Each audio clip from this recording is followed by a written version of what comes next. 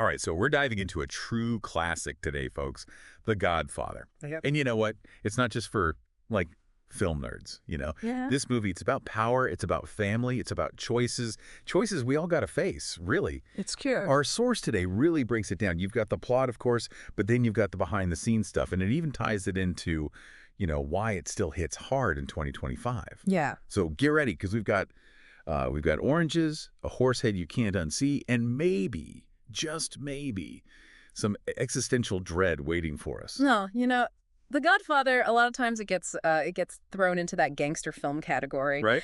But our source makes a really interesting point. This movie, it's more like a tragedy in disguise. Okay, so more Shakespeare than Shootout.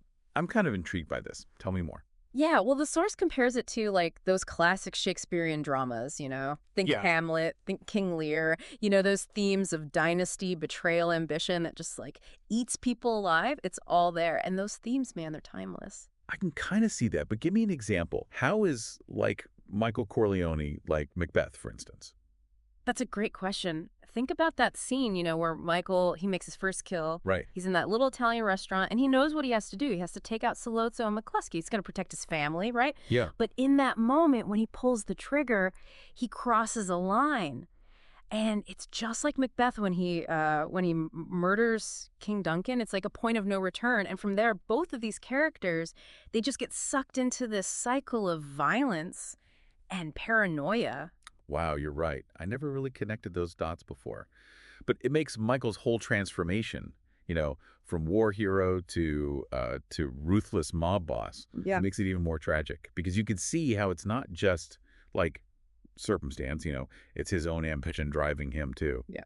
Absolutely. And the source really highlights how this whole idea, it resonates even more in 2025. Think about it. You've got corporations battling it out. You've got online feuds getting just nasty. You've got, political maneuvering. It's like everywhere you look, it's easy to justify the ends justify the means. Yeah. That is a chilling thought. So we're talking about a 1940s setting here, right? Yeah. Post-World War II America. You've got Vito Corleone. He's the Godfather, and he's running this massive crime empire. But his family, they're all about those old world values, loyalty, respect, family comes first, that kind of thing. Yeah, absolutely. But that's where the real conflict comes in. You see, this film, it's not just glorifying the mafia. It's showing us those contradictions, the ones at the core of it all. Okay, I see it. The hypocrisy. It's like Vito, he says, a man who doesn't spend time with his family can never be a real man. But his other family, the mob, it demands, like, his constant attention. So how can you live by that code, by that family first code, when your whole business is built on, like, breaking the law? Yeah. It doesn't add up. It doesn't. And it's made even more powerful, I think, by Coppola's dedication to realism. Like, he didn't want to just, glamorize this world. Right. So he shot on location. He used natural light.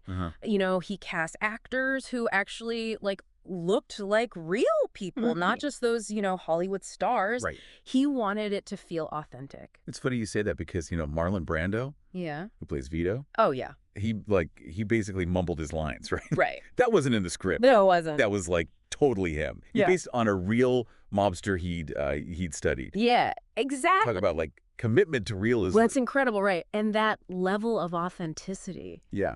it makes the film so much more impactful. Yeah. You believe these characters even when they're doing these terrible things. Right. It's like, it's not just a gangster flick. It's like a glimpse into a world that feels, a little too real. Yeah. A little too close to home. So maybe that's the real cautionary tale, right? It's not just the violence, it's that slow, insidious corruption Yeah. that power just brings. You got it. And the source points out this brilliant phrase. It's not loud corruption. Right. It's a whisper that deafens. Whoa. And you see that in the film's visuals too, right? Wow. It's all shadows, it's whispers, it's these tense silences, even the violence. It's quick. It's almost elegant in a way. Right. But the real damage, Yeah. it happens in those quiet moments. The compromises, Yeah. the slow erosion of your morals. Oh, man. I get it now. It's like that famous scene, the horse head scene. Oh, yeah. Did you know that was a real horse head? I did, yeah. They, like, borrowed it from a slaughterhouse. I know. Talk about commitment to realism. I know, right? Oh, my God. The actors didn't even know. They Yeah. had no idea. Wow. Imagine their surprise waking up to that on set. But Yeah. that's what makes it so effective. Yeah. It's shocking. Uh-huh. It's disturbing. Yeah. And it lingers with you long after the scene is over. Yeah. It's like the perfect metaphor for how insidious that world is. Yeah. It gets under your skin, whether you want it to or not.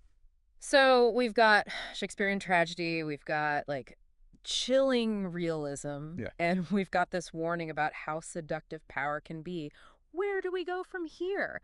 What about Michael's transformation? He starts out as this good son, a war hero, Yeah. wants nothing to do with the family business. And That's then where it gets really heartbreaking. And that's what we'll explore next. Michael's whole journey, I mean, that's really, that's the heart of the Godfather. He's the good son. He doesn't want anything to do with the family business. And then, well, things change.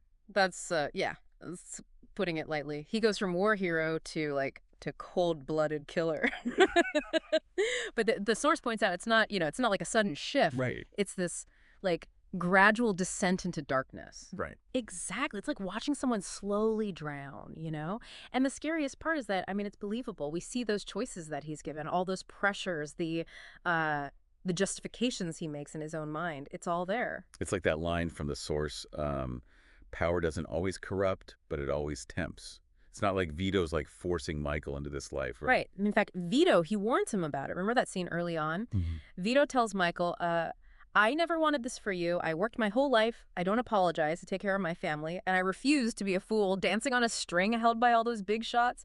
He wants Michael to be legitimate, a senator, someone who operates above the muck. But then, well, then the assassination attempt happens. Right. That's the turning point. Absolutely. And you see that conflict in Michael's eyes. He's disgusted by the violence, but he also feels this responsibility. He's got to protect his father, got to protect his family. And you could argue he's, good at it. I mean, he's strategic, he's decisive, he's ruthless when he has to be. It's almost like he was made for this life, even though he rejects it at first. Isn't that kind of like a tragedy in itself? It's the classic, tragic hero setup. It's like the source says, Michael, he embodies this idea that we are all capable of becoming monsters given the right circumstances. And you know what's really fascinating? Some audiences back in the 70s when this movie came out, they actually cheered for Michael. Wow, really? Yeah, they saw him as like a strong leader, the kind of guy who gets things done. That's wild. I guess back then, that whole anti-hero thing, the man who gets things done, it was like appealing in a way. But in 2025, there's so much distrust in authority. So does Michael still come across as a hero? That's the debate, isn't it? The source brings up some modern critics who call the film, problematic. They say it romanticizes a brutal criminal. But then you've got others who say, it's precisely because it's so realistic that it endures. We see the cost of Michael's choices, the toll it takes on him, on Kay, on the entire family. Yeah, speaking of Kay, I mean, she's like the opposite of Michael. In a way, she represents that innocence, that hope for a life outside, outside the Corleone web. Exactly. And her journey is just as tragic as Michael's, if not more so. She goes from this, bright, optimistic woman in love to like a disillusioned, broken shell of a person. I always think about that final scene with Kay. The one where she finally figures it out. She knows that Michael ordered the hit on Carlo, his own brother-in-law. Oh, yeah. And she confronts him, and he lies right to her face, and then that door slams shut. Man, talk about a gut punch. Oh, it's heartbreaking. You see the weight of, all those lies, all that violence just finally crushing her. It's that moment she realizes the man she loved, the man she believed in, he's gone. And that's the real tragedy, right? Michael's transformation, it doesn't just like impact him. It ripples out and it destroys everyone around him. It's like that line the source uses, the sins of the father are visited upon the children, except in this case, the son. He becomes the father, carrying on that cycle of violence and betrayal. And that's why The Godfather is more than just a crime drama. It's a Greek tragedy dressed up in pinstripes and fedoras. It's a cautionary tale about how even the most well-intentioned choices, even those made in the name of family or power, can lead to devastating consequences. Okay, so we've got these tragic characters caught in the web of their own making. But there's another layer to all of this, right? What about the legacy of The Godfather? The film itself, I mean. That's where things get even more interesting, I think. Because even 50 years after its release, The Godfather, it continues to spark debate. It inspires countless imitators. And it still holds, like a firm spot in that pantheon of cinematic greats. Yeah, it's hard to argue with its impact, right? Hmm. I mean, 3 Oscars, including Best Picture and Best Actor for Brando. Not to mention it practically invented the modern gangster genre, you know? Right, but the source, it dives into something even depper than just the awards and the box office numbers. It talks about how the film, I mean, it almost didn't get made. Oh, wow. Coppola, the director, he had to fight tooth and nail for his vision. I remember reading somewhere that the studio, they didn't want to cast Brando as Vito. Yeah. They wanted Frank Sinatra. Oh, yeah. Can you imagine? It's mind-blowing. Coppola, I mean, he even threatened to quit multiple times just to get his way. And thank goodness he did, because can you imagine anyone else as Vito Corleone? I mean, Brando's performance, it's iconic. The way he mumbles, the cotton balls in his cheeks. I mean, he practically reinvented method acting. And the source mentions that. I mean, that wasn't even in the script. That was all Brando. Right. He based it all on a real mobster he'd met. Talk about commitment. It's those little details, those moments of unexpected realism that elevate the film from, just a good gangster flick to a masterpiece. You feel like you're watching a documentary, not a Hollywood production. So we've got this incredibly influential film. You've got a director battling the studio system, and you got actors pushing the boundaries of their craft. But what about its legacy, today? Is The Godfather still relevant in 2025? That's the question, isn't it? And the source doesn't shy away from it. It presents both sides of the argument. So what are people saying? Is it a timeless masterpiece or just another overrated mob movie? Well, some argue that, the film's glorification of violence and its patriarchal themes they feel a little outdated in today's world. They Yeah. say it's a product of its time and its message it doesn't resonate the same way it used to. I could see that. There's definitely a lot of violence in the film, and the women, they're mostly relegated to supporting roles.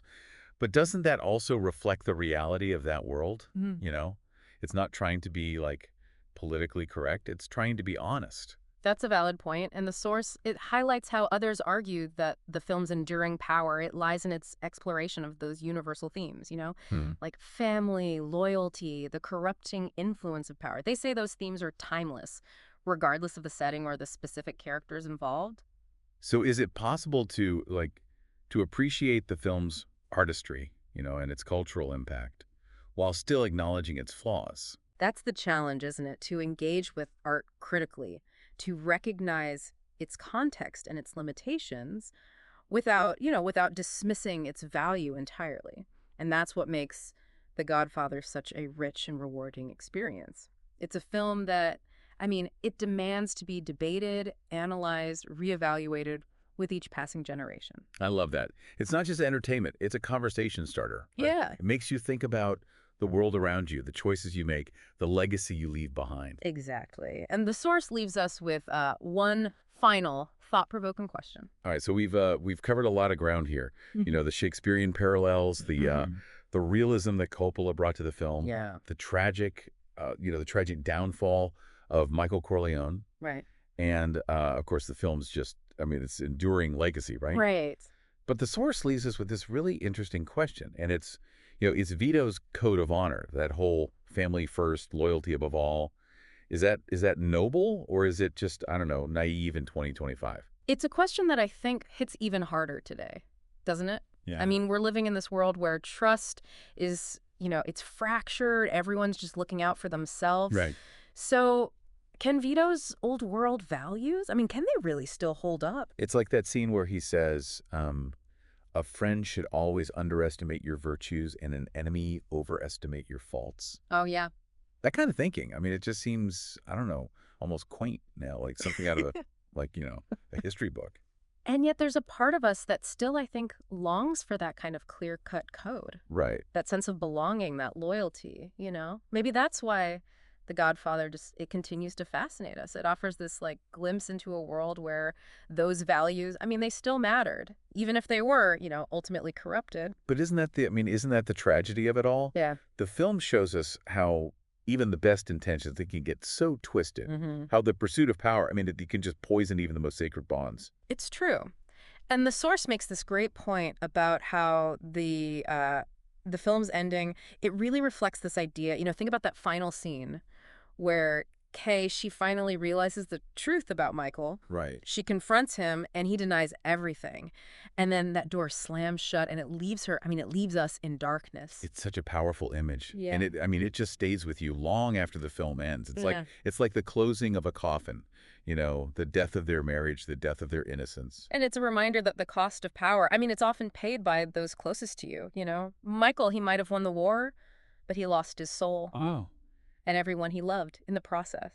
It's funny. I used to think The Godfather was just like a mob movie, Right. a story about guys in suits making deals and, whacking each other. Yeah. But after this deep dive, I see it so differently now. It's a story about choices. Hmm. It's a story about consequences.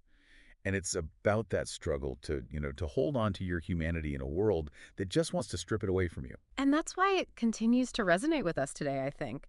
Whether you love it or you hate it, The Godfather, it forces you to confront these uncomfortable truths Hmm. about yourself, about the nature of power, and about the choices we all make. Well, if you're looking for a simple gangster flick, something just, fun and entertaining, The Godfather might not be for you.